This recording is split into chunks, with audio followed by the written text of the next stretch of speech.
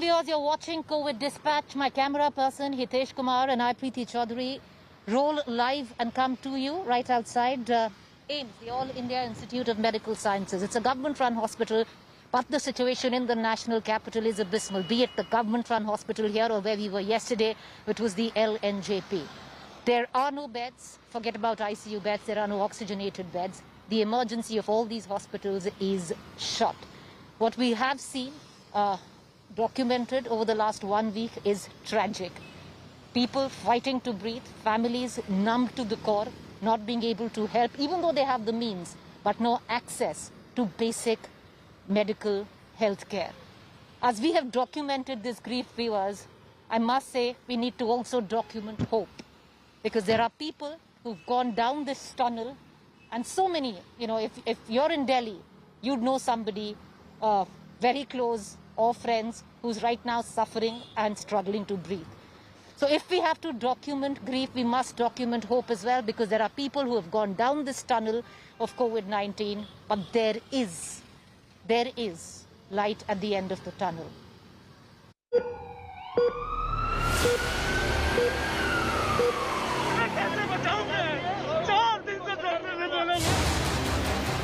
जो भी बोल रहा है कि ऑक्सीजन अवेलेबल है, सब झूठ बोल रहे हैं. There is total chaos.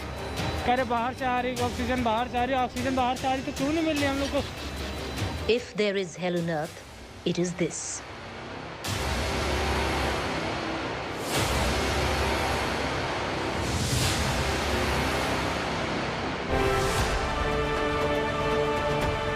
And then there are those who have walked this sea of gloom, been through hell and back. And as we document grief, it is all too important today to document hope, the story of triumph. Really seeking hospitalization. So I called up these guys and I was like, why are we waiting for an import? You're not talking about come back in skin. Shoma Choudhry is a celebrated journalist. She lives in South Delhi with her husband Aditya Puri and their 2 sons. But it's also so unpredictable, this virus. You just... Oh my God, you don't know how it's going to get you. What's privileged would be the textbook definition. But the pandemic has been the biggest leveler. Leaves no distinction between privilege or wanting. And it's 12th April, Aditya developed a headache, and from there began this family's journey through COVID hell and back. Chemist to chemist to get 4 pills from here, get 8 pills. April 30th, Aditya was discharged from hospital. The quiver in his voice marks his 18-day COVID trajectory. It started off with a bad headache, and then fever, headache fever, and some pressure on the lungs, and a lot of body ache, acute body ache, and then the fever kept going higher. So that's when one knew that this is probably COVID. This was a case, it all happened in a day's time, or it happened? It started with headache and then body ache, and then, yeah, by the next day I had fever. You knew it was COVID in your head? We kind of knew it was COVID. I mean, one kept kind of initially being in denial, maybe it's viral fever, and maybe it's not COVID, but looking at things around, the symptoms were pretty much like COVID. Were you scared? Initially? Or you thought it was a mild case and it'd be okay? No, one thought it was a mild case and one would just kind of sail through it, or just, have a couple of crocins, keep the fever down. And by day 3, he had high fever, but more than that, what was scary was that his face became yellow and like swollen, and there was he was in and his threshold of pain is very high. Like, he has to be seriously in distress for him to say it's 1 on the Richter scale, But he kept saying, okay, I'm screwed. And that started to worry me. by day 6 or day 7 is when things started, like oxygen levels really started dipping. Course of the disease is like a rodeo ride, you know, because you peak and then things get better and you think, okay, we've got this, and then suddenly something else happens. So, you know, he's been ill for almost 18 days, and it was like a roller coaster ride right through, you know, because it was just like peaks and troughs, peaks and troughs. Then we realized his blood work was frightening actually, you know, and here, so we were in a lull where we thought we were over it. But, you know, his CRP marker was at 200 when the normal range is 0 to 6. And his markers were at 200, you know. And his CT scan was not very high compared to what people are getting, but it was 10 on 25. It was over to Shoma. I mean, she was just going crazy, you know, and trying to organize things. But I made a round of calls and, you know, general, and there was just no beds available. And that's when one started to get a true sense of crisis. I mean, it so happened, you know, at each juncture, one is really being saved, Preeti, by just the professionalism of strangers, community action, compassion, you know. Obviously, everybody around me was really scared. Shoma was very scared. And the family was getting pretty panicked. And because, I mean, there was, you know, to find a hospital bed, etc., medical, I mean, all of it was difficult. So we couldn't, but I drove out at 12:30 at night. Alone? Alone. It was already curfew, and you know, it was like a war zone. Yeah, there was just, that's when, up until then... 12:30, Shoma, to find a hospital bed for your husband? No, by then I knew there were no hospital beds, but my doctor then said that start him on the steroids, you know, so at least oral steroids, because up until then we were on azithral and, you know, ivermectin and basic combiflans and stuff like that. So she said, if you can't get a hospital, he needs to be on steroids, like now, you know. So it was curfew, you don't have your staff. So then they said, but it's not a problem, why don't you just do it yourself? And I said, I can't do this myself. But they were so sweet, they just calmed me down and they said, you can give it yourself, it's just a subcutaneous injection. So they actually taught me, you know, just like how to do it.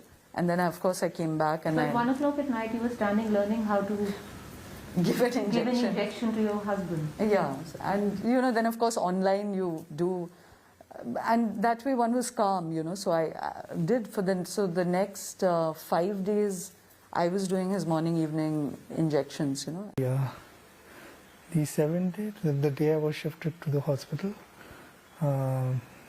was pretty bad, yes. I called him at 4, and now over a week he had been in contact. So when I called him at 4, he was like, okay, now this, you really do need to hospitalize him. And it so happened, like, you know, it's just a game of chance. It just so happened that someone was discharged right at that moment. And because this had now become an emergency situation, that we could get taken in. Reached the hospital, I now, it's like a detail that as we reached, there was a body coming out, you know, and you just like, it's... Yeah, your heart sinks, yeah, you know, at that moment. There was a woman right in front of me. She was in a very bad shape. She was on a ventilator, gasping for breath, and it was horrible. We could communicate through, I couldn't speak because my lungs were in a bad shape and I didn't have the energy to speak. I think gradually I kept improving, and they kept lowering the oxygen levels, and the doctors kept saying that we have to keep lowering it. You know, your body has to start working. I think it was day 10 or day 11 in the where the oxygen levels started improving. It started coming to about 91 for people, but you have to get oxygen on time. Without oxygen, it would have been devastating. And get the right kind of, we were lucky to get the right kind of medical facilities. You should not give up, and things, it suddenly turns. I mean, you're kind of on your way down, and you stabilize, and things, it just suddenly turns, and you start getting better.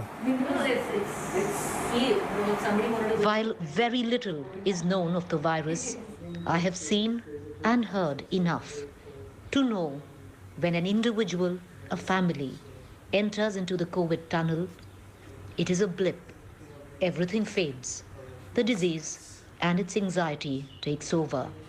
The surround sound is all too overwhelming. But it is important to know there is light at the end of that tunnel. You know, the pruning that everyone is talking about. You should not give up, and things it suddenly turns. I mean, you're kind of on your way down, and you stabilize, and things it just suddenly turns, and you start getting better. It's like a tipping point. So you have to just hang in there till that tipping point and not give up. Like you said, because they really have... Reporting with video journalist Hitesh Kumar, Preeti Choudhry for India Today. People who love you around you are like... Shoma Choudhary and her husband Aditya Puri are possibly that silver lining that we see in a very, very bleak landscape for years. But it's there. And if those of you who've lost hope, are completely at sea, helpless, you know, there is hope. And it's there. However slim, it is there. We're going to go into a quick break. Do stay with us. Up next, we're going to get you other stories that are coming in from across the country. Because I've been reporting out of Delhi for the past 10 days. Not just the spirit, Delhi is broken. You know, all those hashtags which we talk about, we'll get through this, we'll overcome, be positive, have burnt to ashes with its people. The numbers that have died just due to the want to breathe oxygen. And it's a crisis that is played out across the country.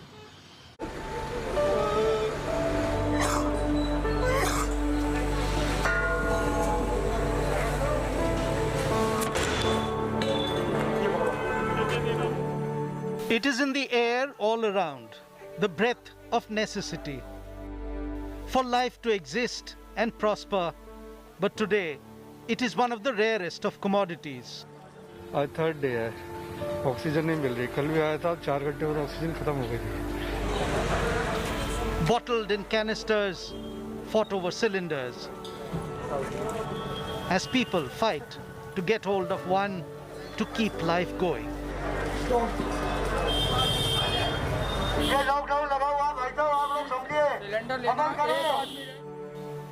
India is gasping for breath. The Air Force is having to use its massive transporters, carry empty tankers to filling stations around the country. From there, the oxygen-carrying trucks head back to desperate cities, by road and on flatbeds across railway networks.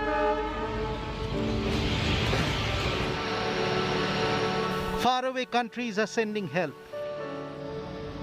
to boost and trap that life-giving gas that is 21% of the Earth's atmosphere anyways, yet not enough to keep death away.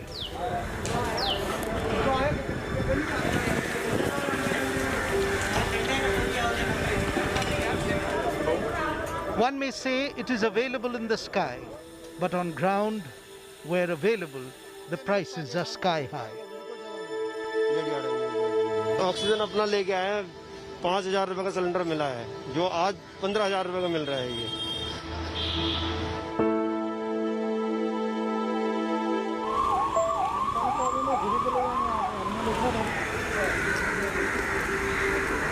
The battle to find O2 landed in court as well, as hospital lines ran dry and patients gave up the right to life.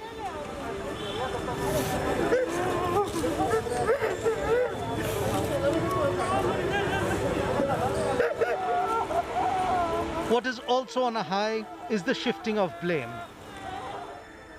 What is on an absolute low is the level of preparedness.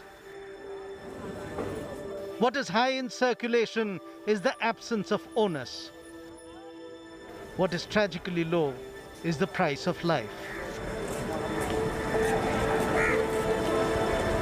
So bad is the oxygen crisis in the country that today the base hospital in Delhi, it's run by the army, viewers, Delhi is asking that the army steps in to manage the crisis, but their own run hospital in Delhi, the base hospital, nearly ran out of oxygen. They had a crisis themselves. That is how bad the situation is in Delhi. Now, Some private hospitals have come up and are trying to set up oxygen concentrators in their own unit. My colleague Aishwarya with this report.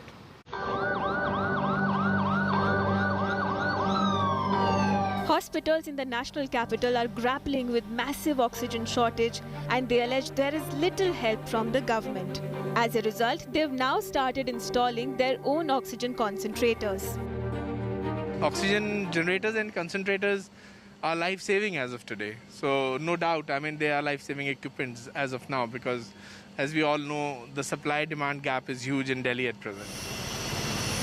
BLK Super Speciality Hospital and Max Hospitals have got oxygen generator and the cylinder filling system from France.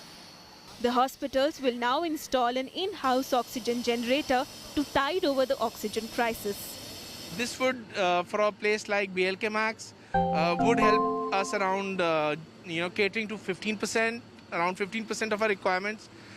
It will solve some kind of a problem for us getting the cylinders refilled, because even that's getting a problem.